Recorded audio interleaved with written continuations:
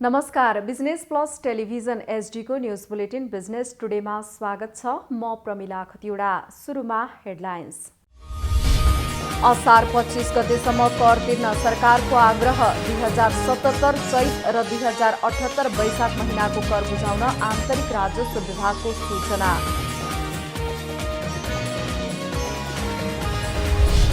महामारी नियन्त्रण र पुनरुत्थानका लागि नेपाललाई विश्व बैंकको 17 अर्ब 55 करोड रुपैयाँ सहयोग। नेपालको आर्थिक वृद्धि पुनरुत्थान कार्यक्रममा सघाउ पुर्याउने विश्वास। नेपालमा कालो ढुसीको संक्रमण बढ्दै, यसको औषधि उपलब्ध हालसम्म नभएको र उपचार खर्च समेत महँगो भएकाले सरसफाइमा ध्यान दिनुपर्ने विज्ञको सुझाव।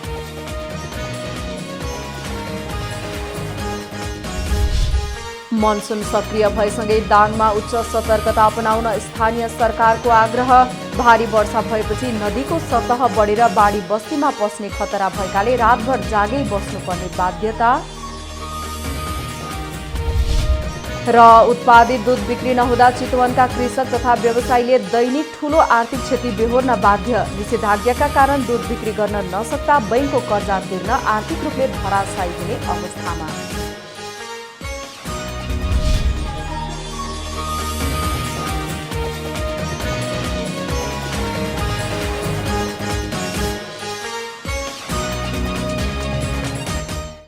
बिजनेस टुडेको सुरुमा सरकारले कर विवरण तथा कर दाखिला गर्ने म्याद असार 25 गतेसम्म तोकेको सम्बन्धी समाचार। सरकारले कर विवरण तथा कर दाखिला गर्ने म्याद असार 25 गतेसम्म तोकेको छ। आन्तरिक राजस्व विभागले बुधबार सूचना प्रकाशित गरी कर विवरण तथा कर दाखिला गर्ने म्याद असार 25 गतेसम्म तोकेको हो। विभागले असार 25 गतेसम्म कर तिर्न आग्रह गर्दै सूचना जारी गरेको हो। विभागका अनुसार 2077 साल चैत र वैशाख महिनाको मासिक तथा चैत र वैशाख महिनाको द्विमासिक अवधिको मूल्य अभिवृद्धि कर विवरण र कर दाखिला असार 25 गतेसम्म गरिसक्नुपर्नेछ। त्यसैगरी 2077 चैत र 2078 साल वैशाख महिनाको बुझाउनु पर्ने अग्रिम कर कट्टी भएको रकम र त्यसको विवरण पनि असार 25 गतेसम्म बुझाउनु पर्नेछ।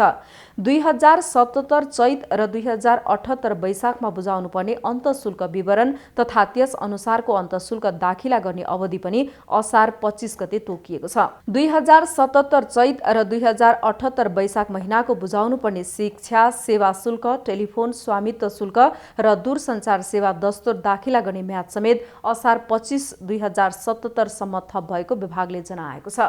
सर्वोच्च अदालतले मंगलबार सरकारले आर्थिक ऐन 2077 को दफा 19 बमोजिम सूचना जारी गरेर कर तिर्ने समय तोक्न सक्ने आदेश दिएको थियो। विश्व बैंकले महामारी प्रतिकार्य र पुनरुत्थानका लागि नेपाललाई 17 अर्ब 55 करोड रुपैयाँ उपलब्ध गराउने भएको छ। बिहिबार विश्व बैंकको कार्यकारी बोर्डले नेपाललाई कोरोनाको उत्थानशील पुनर्लाभ र अति जोखिममा परेकाको सुरक्षा र दिगो विकासमा सघाउन 17 अर्ब 55 करोड रुपैयाँ स्वीकृत गरेको हो। महामारीबाट सामाजिक एवं आर्थिक क्षेत्रमा परेको प्रभाव घटाउन, प्रभावित जनसङ्ख्यालाई हरित, उद्धानशील र समावेशी पुनरुत्थानमा तत्काल राहत उपलब्ध गराउनु प्राथमिकता अनुसार उक्त सहयोग स्वीकृत भएको बताइएको छ। नेपालको आर्थिक वृद्धि, पुनरुत्थान र उद्धानशील वित्तीय नीति तथा कार्यक्रममा सघाउन उक्त रकम उपयोग हुनेछ। कर तथा भन्सार प्रणाली, ऋण व्यवस्थापन, सार्वजनिक खर्च, सामाजिक सुरक्षा कार्यक्रमको आधुनिकीकरण, हरित पुनरुत्थानका लागि न्यायात्मक आधार खडा गर्ने, संरचनागत व्यवधान हटाउन तथा पुँजीमा निजी क्षेत्रको पहुँच पुर्याउन सहयोग रकम परिचालन हुने बताइएको छ। कोरोना कहरकै बीचमा मानिसहरू प्रताडित बनिरहेको अवस्थामा पछिल्लो समय नेपालमा कालो ढुसीको संक्रमण पनि बढ्न थालेको छ। भारतमा कालो ढुसीको संक्रमणबाट हजारौं व्यक्तिले ज्यान गुमाइरहेका बेला नेपालमा पनि आधा दर्जन भन्दा बढीमा संक्रमण भएको जनाइएको छ। यसको औषधि उपलब्ध हालसम्म नभएको र उपचार खर्च समेत महँगो भएकाले सरसफाइमा ध्यान दिनुपर्ने विज्ञको सुझाव रहेको छ। कालो ढुसीको संक्रमणको सूक्ष्म जीवहरूको समूहलाई म्युकोरामाइड्स भनेर चिनिन्छ, जुन वातावरणमा प्राकृतिक रूपमा पाइन्छन्। यस संक्रमणबाट हालसम्म नेपालमा वीर अस्पतालमा मात्रै 3 जनाले ज्यान गुमाए भने आधा दर्जनभन्दा बढीमा संक्रमण भएको स्वास्थ्य तथा जनसङ्ख्या मन्त्रालयले जनाएको छ। स्वास्थ्य तथा जनसङ्ख्या मन्त्रालयका सहप्रवक्ता डाक्टर कृष्ण पौडेलका अनुसार नेपालमा अहिलेसम्म कालो फंगसका लागि नै प्रयोग गर्ने भनेर कुनै पनि औषधि उपलब्ध नभएकाले उपचारमा समस्या भएको बताउनु भएको छ। सामान्यतः आफूलाई मधुमेह भएको बेलामा अनावश्यक रूपमा औषधिको बढी प्रयोग गर्ने हुँदा यो संक्रमण हुन सक्ने पनि उहाँले बताउनुभयो। संक्रमण भएको बेलामा अलि अनावश्यक रूपमा औषधिहरूको बढी प्रयोग, नचाहिने भन्दा नचाहिने औषधिहरू एकदमै धेरै। यसको कालो ढुसीको लागि यसको छुट्टै औषधि भन्दा पनि हामीसँग अरू रोगलाई प्रयोग भइरहेको औषधि जुन हो त्यो अरू रोगमा पनि एकदमै कम मात्रामा हुने गरी भइसकेको हो। यसका लागि हामीले औषधि पनि ठुलो मात्रामा जोड गरेर राखेका हुँदैनौँ। कोभिड-19 को उपचारमा स्टेरोइड नामक औषधिको प्रयोग गरिन्छ।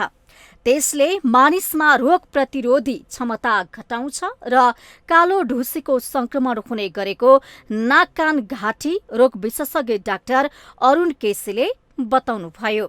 उहाँले यो संक्रमण मधुमेहका रोगी, जलेका बिरामी तथा क्यान्सरका बिरामीमा बढी हुने र अङ्ग प्रत्यारोपण गरेको बिरामीमा छिटो सर्ने बताउनुभयो।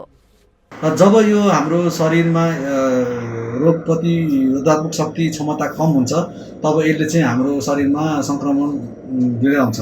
संक्रमण चाहिँ अब विशेष गरी चाहिँ अब सुगर डायबिटिज भएको बिरामीहरू, अनि त्यसपछि विभिन्न खालका क्यान्सरका बिरामीहरू र विभिन्न अर्गन ट्रान्सप्लान्ट गरेका बिरामीहरूमा लाग्न सक्दछ। यस संक्रमणले प्रत्यक्ष रूपमा आँखा र नाकलाई असर पार्ने र यस संक्रमणको कारण आँखाको ज्योति नै गुम्न सक्ने सम्भावना रहेको छ। यसको उपचारको लागि कालाजारमा प्रयोग गर्ने एन्टिफंगल औषधि एन्फोटेरिसिन बी जस्ता औषधिको प्रयोग गरिने आँखा रोग विशेषज्ञको भनाइ छ। आँखाको वरिपरिको स्किन या नाकको वरिपरिको स्किनमा चाहिँ कालो परेर आउँछ, त्यसैले हामीले यसलाई कालो ढुसी ब्ल्याक फङ्गस भनेको स्किनको कलर चाहिँ कालो भएर जान्छ र आँखा नदेख्ने भएर पनि जान सक्छ। यदि नसामा असर गरेको छ भने चाहिँ अनि यसको उपचारमा सबभन्दा पहिला चाहिँ हामीले चाहिँ इन्जेक्सनको माध्यमबाट चाहिँ औषधि एन्टिफङ्गल इन्जेक्सन दिन्छौँ। त्यसको नाम चाहिँ एम्फोटेरिसिन बी हो। यो चाहिँ नसाबाट दिने इन्जेक्सन हो र काफी लामो समयसम्म दिनुपर्ने हुन्छ। 3 हप्ता या म्याक्सिमम 6 हप्तासम्म पनि दिनुपर्ने हुन्छ। यस रोगको उपचार खर्च प्रतिदिन 4,000 को दरले निको भइसक्दासम्म करिब 1 लाखदेखि 2 लाखसम्म लाग्ने चिकित्सकहरू बताउनुहुन्छ। यस संक्रमणबाट बच्नको लागि सरसफाइमा ध्यान दिने, एउटै सामग्रीको लामो समयसम्म प्रयोग नगर्ने, प्रयोग भइसकेका उपकरण पुनः प्रयोग गर्दा राम्रोसँग सफा गर्नुपर्नेमा ध्यान दिन आवश्यक छ। बिजनेस प्लस टेलिभिजनको लागि बिन्दु अधिकारीको रिपोर्ट। बिजनेस टुडेमा पालो भएको छ ब्रेकको।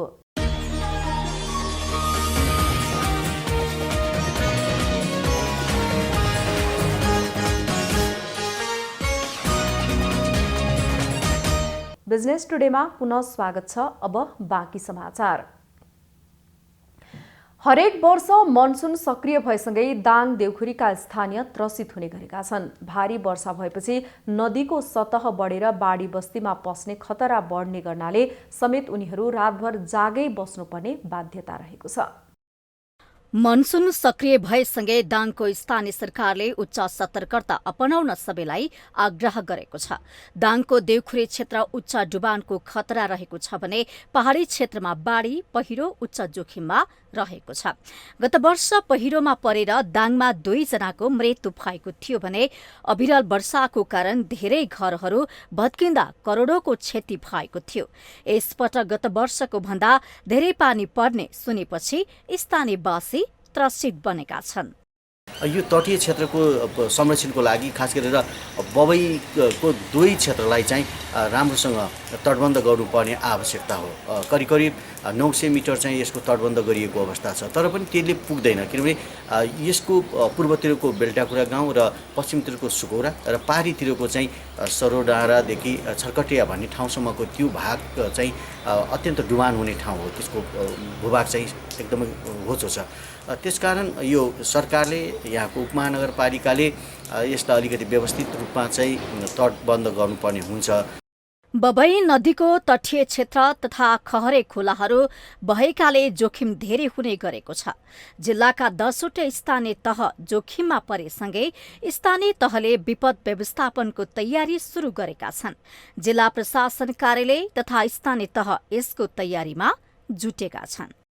हामीले यस जिल्लामा विशेष गरेर यो बाढी पहिरोबाट सुरक्षित रहन र बाढी पहिरो भइहाल्यो भने त्यसलाई चाहिँ कसरी उद्धार गर्ने, त्यसबाट कसरी सुरक्षित रहने भनेर यो मनसुन प्रतिकार्य योजना बनाएका छौँ। र त्यो मनसुन प्रतिकार्य योजना चाहिँ गएको जेठको 14 गते हामीले चाहिँ स्वीकृत गरेका छौँ। र त्यसभित्र हाम्रो जिल्लामा विशेष गरेर 2टा नदीहरू, एउटा राप्ती नदी र चाहिँ बबई नदी, र यी नदीहरू बग्ने किनारहरूमा विशेष बाढीको चाहिँ खतरा छ भनेर हामीले उल्लेख गरेका छौँ। र छिटपुट रूपमा ती बाहेकका खोलाखोल्साहरूमा पनि कहीँ कतै बाढीको खतरा छ भनेर चाहिँ हामीले इङ्गित गरेका छौँ। र त्यसरी ती 2टा खोला र अन्य ठाउँमा पनि बाढी पहिरो गइहाल्यो भनेदेखि त्यसको लागि प्रतिकार गर्न अथवा त्यसबाट उद्धार गर्नको लागि हाम्रो टिम तैनात छ। विगतमा हामी भोगेको मनसुन अथवा अविरल वर्षाका कारणले भने बाढी प्रभावित क्षेत्रहरूको एक किसिमको विपदको घटनापछिको हाम्रा तयारीहरू के छन् भने सम्बन्धित क्षेत्रहरूमा बस्तीहरूलाई होसियारी गर्ने, सूचना सम्प्रेषण गर्ने। अहिले भर्खरै एउटा नेपाल सरकारबाट अथवा प्रशासनबाट आएको छ। हामीले पहिला पनि यो सूचना प्रकाशन गरेका छौँ। नगरपालिकाले त्यो सूचना प्रणालीलाई व्यवस्थित गरेको छ। अब मनसुनका कारणले अविरल वर्षा हुँदै जाँदाखेरि अब धेरै बाढी प्रभावित हुने क्षेत्रहरूलाई होसियार रहन समुदायले मानवीय क्षति हुन नदिनको लागि स्थानीय टोल बस्तीहरूलाई सचेत गराएको छ भने कस्तो आइहाल्यो भने सूचना प्रणालीलाई पनि व्यवस्थापन गरेको छ। यदि कथावत घटिहाल्यो भने त्यसलाई राहत र उद्धारको सामग्रीको लागि पनि व्यवस्थापन गरेर नगरपालिकाभित्र इमर्जेन्सी अपरेसन सेन्टर व्यवस्थापन भएको छ। उद्धारका सामग्री व्यवस्थित भएका छन्। यो भरेल महानगरपालिकाको खास गरिकन उत्तरतर्फबाट बग्ने केही खहरे खोलाहरू जस्तै यापु खोला, कटुवा खोला, सिस्नु खोलाले निश्चित मात्रामा चाहिँ क्षति पुर्याउँछ, कटान गर्छ भने बबईले अलिकति जोखिममा रहेका बस्तीहरूलाई पनि असर गर्ने रहेछ भने भरेल महानगरपालिका त्यसको पूर्व तयारीका साथ हामी बसिरहेछौँ। प्रशासनले मनसुन प्रतिकार्य योजना बनाएको छ। स्थानीय तह तथा प्रशासन पूर्व तयारी अवस्थामा रहेको भनिरहे पनि स्थानीयवासी भने त्रसित देखिन्छन्। विगतका वर्षहरूमा आएको बाढीले पुर्याएको क्षतिको कारण उनीहरूमा डर पैदा भएको हो। दाङबाट विकास डाँगीको रिपोर्ट। निरन्तरको वर्षातको कारण बागलुङ बजारमा बाढी पसेको छ भने पक्की पुलहरू समेत बगाएको छ। बागलुङ बजारका विभिन्न चोकका नाली व्यवस्थित गर्न नसकेको कारण बागलुङ बजार जलमग्न भएको हो। बागलुङ नगरपालिका 3 रातामाटादेखि बग्ने चौलानी खोलामा आएको भेल बागलुङ बजारमा पसेको र नालीले धान्न नसकेपछि बजार जलमग्न भएको हो।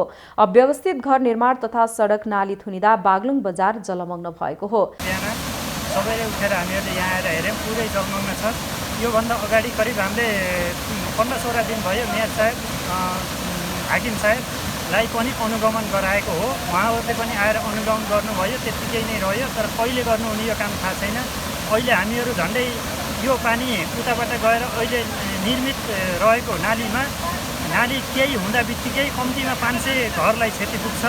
यो सबै उहाँहरूलाई मेयर साहबलाई पुरै जानकारी छ। यति जानकारी हुँदाहुँदै पनि कतिपटक हामीहरूले नाली सफा गरौँ, यता पनि नाली सफा गरौँ, सबै नाली सफा गरौँ भन्दा वडा कार्यालय भन्दाखेरि पनि वडा कार्यालयबाट ल मान्छे पाइएन भन्नु। यदि मान्छे पाइएन भने हामीहरूलाई जिम्मा दिनुहोस् न, हामीहरूले गर्छौँ, मान्छे खोजेर गर्छौँ भन्दाखेरि पनि ल हुन्छ भन्ने कुरा गर्दै आलटाल गरिराख्नु भयो। खास गरिकन नगरपालिकाले बाढी आउँछ, पानी वर्षा हुन्छ भन्ने जानेपछि बेला बखतमा कहाँ नालीहरू बुझिन्छन्, कहाँ व्यवस्था गर्नुपर्छ भन्ने कुराको सोच पहिले गर्नुपर्ने हो। तर यो पानी परिसकेपछि र भारी वर्षा भएपछि मात्रै चेत्ने यहाँको परम्परा छ। त्यसैले सम्बन्धित नगरपालिका नै यसको व्यवस्थापन गर्न उचित हुन्छ। सडक डुबान हुँदा 1 दर्जन भन्दा बढी घर तथा पसलमा पानी पसेर क्षति पुगेको छ। नगरपालिकाले नाली व्यवस्थापनका लागि वर्षेनी बजेट विनियोजन गर्दै आए पनि अझै व्यवस्थित हुन सकेको छैन। यहाँहरूलाई वास्तवमा चाहिँ यसको इतिहासको चाहिँ विवरण चाहिँ उपलब्ध गराउन ठिक हुन्छ जस्तो मलाई लाग्छ, किनकि हामी हिजो खोलो बग्ने ठाउँ छ, चौलानी खोलोको पानी अहिले बगिरहेको छ। यो खोलो हिजो ठाडो कुलो हुँदै भएर जाने एउटा कुलोलाई हामीले मिचेर हामीले चाहिँ के भन्छ मानव निर्मित चाहिँ हामीले सडकहरू निर्माण गऱ्यौँ। त्यो कारणले आज खोलो जान नपाइसकेपछि यसको बाप जसरी पनि एकत्रित गर्न खोज्दाखेरि उतापट्टि असर गरे हुनाले यसलाई कजवे बनाएर हामी बजारभित्र बनाइएका सबै नालीहरूलाई आजभन्दा 15 दिन अगावै हामीले खोलिदिएको भए, कम्तीमा नालीहरू सरसफाइ गरेको भए, त्यसका लागि हामीले बजेट पनि एलोकेट गरेका थियौँ। त्यसप्रति कारणले थोरै उदासीन रह्यो र हाम्रो नेतृत्व पनि यो प्रति अलिकति चाहिँ के भने यो अलिक गम्भीर नभएको चाहिँ मैले पाएको छु। नालीमा निर्माण सामग्री राख्दा नाली थुनिएर झनै समस्या आएको छ। अहिले बागलुङ बजारका धेरै सडक जलमग्न भएको र हालै मात्र सडकमा गरिएको कालोपत्री समेत उब्किन थालेको छ। लगातार परेको वर्षातका कारण पर्वतका पहाडी क्षेत्रका बस्तीहरू जोखिममा परेका छन्। लामो समयसम्म परेको खडेरी र त्यसपछि परेको निरन्तर वर्षापछि आएको बाढी पहिरोले पर्वतका केही बस्ती नै विस्थापित हुन पुगेका छन्। निरन्तरको वर्षापछि आएको पहिरोले पर्वतको जलजला गाउँपालिका 8 का 21 परिवार जोखिममा परेका छन्। बस्ती माथिबाट पहिरो खस्न थालेपछि स्थानीय भयभीत छन्। त्यसैगरी वर्षाको कारण जलजला गाउँपालिका 7 धाइङमा पनि करिब 31 घर विस्थापित भएका छन्। स्तर उन्नतिको चरणमा रहेको मिलचोक सल्यान धारापानी सडकका कारण धाइरिङको किरा खोरामा पहिरो जोखिम छ, जहाँ सिङ्गो दलित बस्ती जोखिममा छ। विस्थापितलाई अमर आधारभूत विद्यालयमा राखिएको छ। स्थानीयले पहिरो नियन्त्रण र सुरक्षित स्थानान्तरणको माग गरेका छन्। अब समस्या भनेको तपाईँको यो जलजलाट लस्ती बजारको यो चाहिँ आसपासको क्षेत्र अब तपाईँको उच्च पहिरोको जोखिममा छ। तपाईँको तल हेऱ्यो कालीगण्डकी उर्लेको छ, माथि हेऱ्यो पहिरोले लखटेको छ। यहाँका बस्ती यहाँका जनसमुदायहरू गएर बस्ने कहाँ, बस्ने उहाँहरूको कुनै अर्को विकल्पको ठाउँै छैन। यस्तो बेलामा हाम्रो सरकार, प्रदेश सरकार होस्, स्थानीय सरकार होस्, उहाँहरूको ध्यान जान जरुरी छ।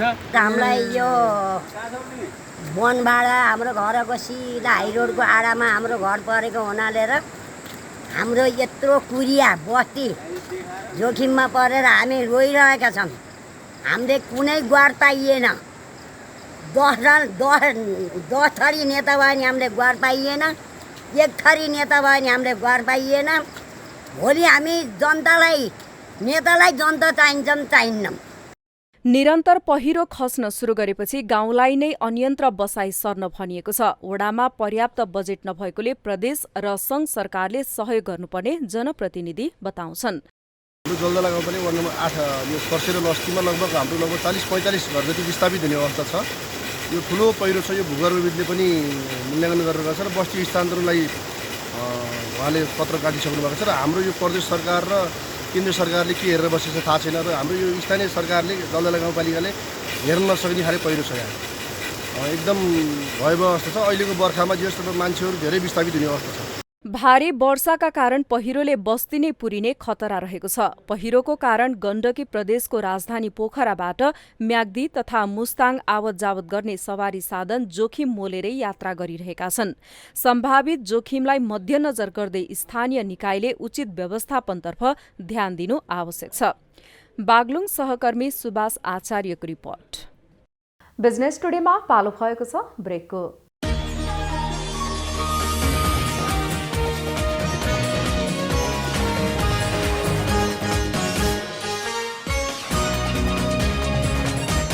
बिजनेस टुडेमा पुनः स्वागत छ। अब बाँकी समाचार। बाँकेमा विपदबाट 25,000 घर परिवारका 1,50,000 मानिसहरू प्रभावित हुन सक्ने पूर्वानुमान गरिएको छ। त्यसैगरी मनसुनबाट करिब 10,000 घर परिवारका 50,000 मानिस प्रभावित हुने अनुमान गरिएको हो। नदी तथा तटीय क्षेत्रमा बसेका व्यक्तिहरूलाई सूचना समयमा आदान प्रदान गराउने जिल्ला प्रशासन कार्यालयले जनाएको छ। जिल्लाबाट 3 तहको सुरक्षा निकाय नेपाली सेना, सशस्त्र प्रहरी, नेपाल प्रहरी समेत परिचालन गर्ने निर्णय गरिएको प्रशासनले जनाएको छ। हामीले अब अहिलेको अवस्थामा जुन नदी तथा तटीय क्षेत्रहरूमा बसोबास गरेका व्यक्तिहरूलाई सूचना आदान प्रदान समयमा गराउने र त्यो समयमा गराउने क्रममा स्थानीय एफएम, एसएमएस, इमेल लगायतका सम्पूर्ण प्रविधिहरूलाई उपयोग गर्ने र ती उपयोग गर्दाखेरि यहाँ हामीलाई प्राप्त भएका सूचनाहरूलाई हामीले सम्बन्धित पालिकाहरूलाई गराउँछौँ र पालिकाहरूले त्यो मार्फत चाहिँ स्थानीय तहसम्म अथवा स्थानीय समुदायसम्म पुर्याउनु हुनेछ भन्ने चाहिँ रहेको छ। बाढीबाट प्रभावित व्यक्तिहरूलाई खाद्यान्नको लागि भण्डारण गर्न विभिन्न सङ्घ संस्थाहरूलाई समेत अनुरोध गरिएको छ। जिल्लामा विपद पूर्व तयारी तथा प्रतिकार्य योजना 2078 र मनसुन पूर्व तयारी तथा प्रतिकार्य योजना 2078 समेत स्वीकृत गरिएको छ। निषेधाज्ञाका कारण चितवनमा लाखौं लिटर दूध खेर गएको छ। उत्पादित दूध बिक्री नहुँदा चितवनका कृषक तथा व्यवसायीले दैनिक ठूलो आर्थिक क्षति बेहोर्नु परेको छ। चितवनका 7वटा पालिकाहरूमा उत्पादित 32 करोड रुपैयाँ बराबरको 63 लाख लिटर दूध बिक्री नहुँदा खेर गएको छ।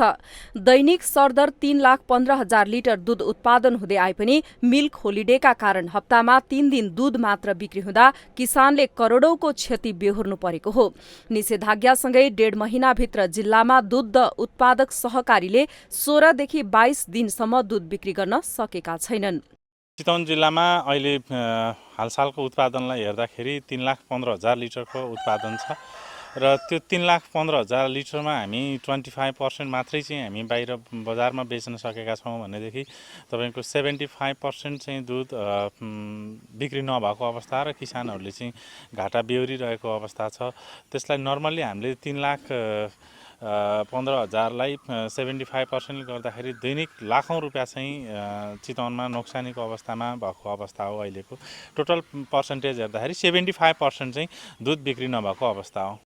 चितवनको राप्ती नगरपालिकामा रहेका 6वटा दुग्ध उत्पादक सहकारीले दैनिक 30,000 लिटर दूध उत्पादन तथा संकलन गर्दछ।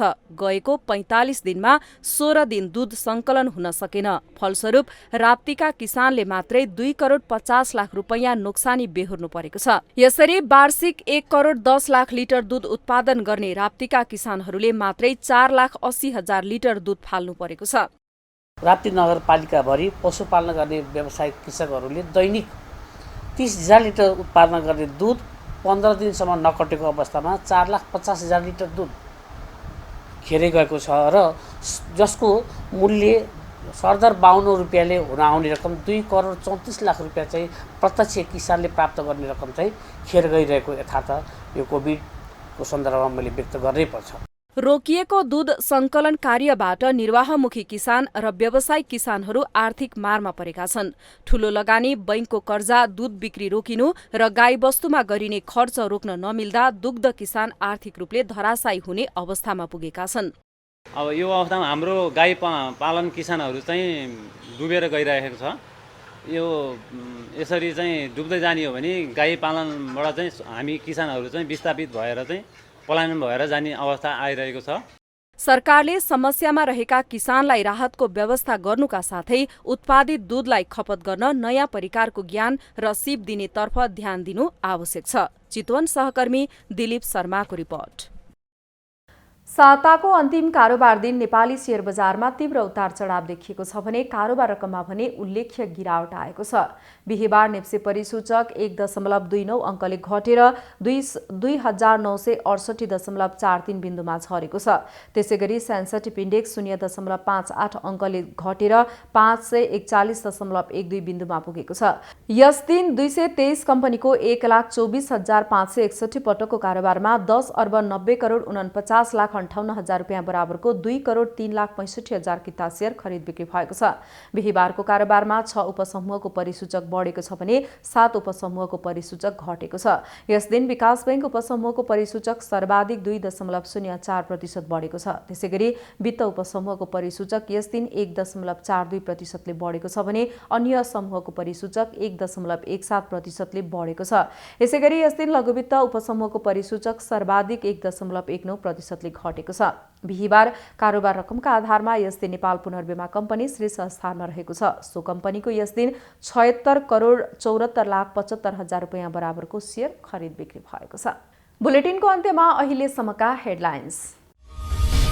असार 25 गतेसम्म कर तिर्न सरकारको आग्रह। 2077 चैत र 2078 वैशाख महिनाको कर बुझाउन आन्तरिक राजस्व विभागको सूचना।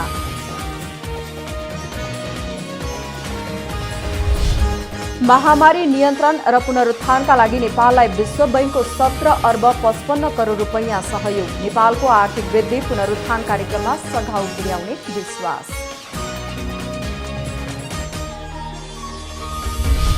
नेपालमा कालो ढुसीको संक्रमण बढ्दै यसको औषधि उपलब्ध हालसम्म नभएको र उपचार खर्च समेत महँगो भएकाले सरसफाइमा ध्यान दिनुपर्ने विज्ञको सुझाव।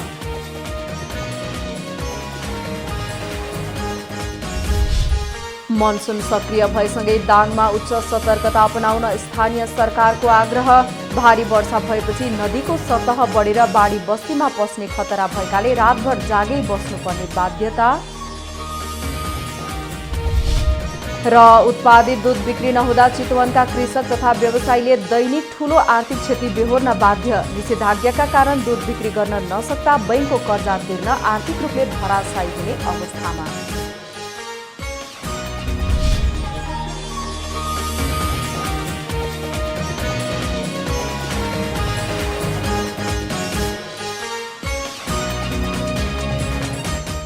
बिजनेस टुडे अहिलेलाई यति नै। हेर्दै रहनुहोला business plus HD television. Business plus, business first. नमस्ते।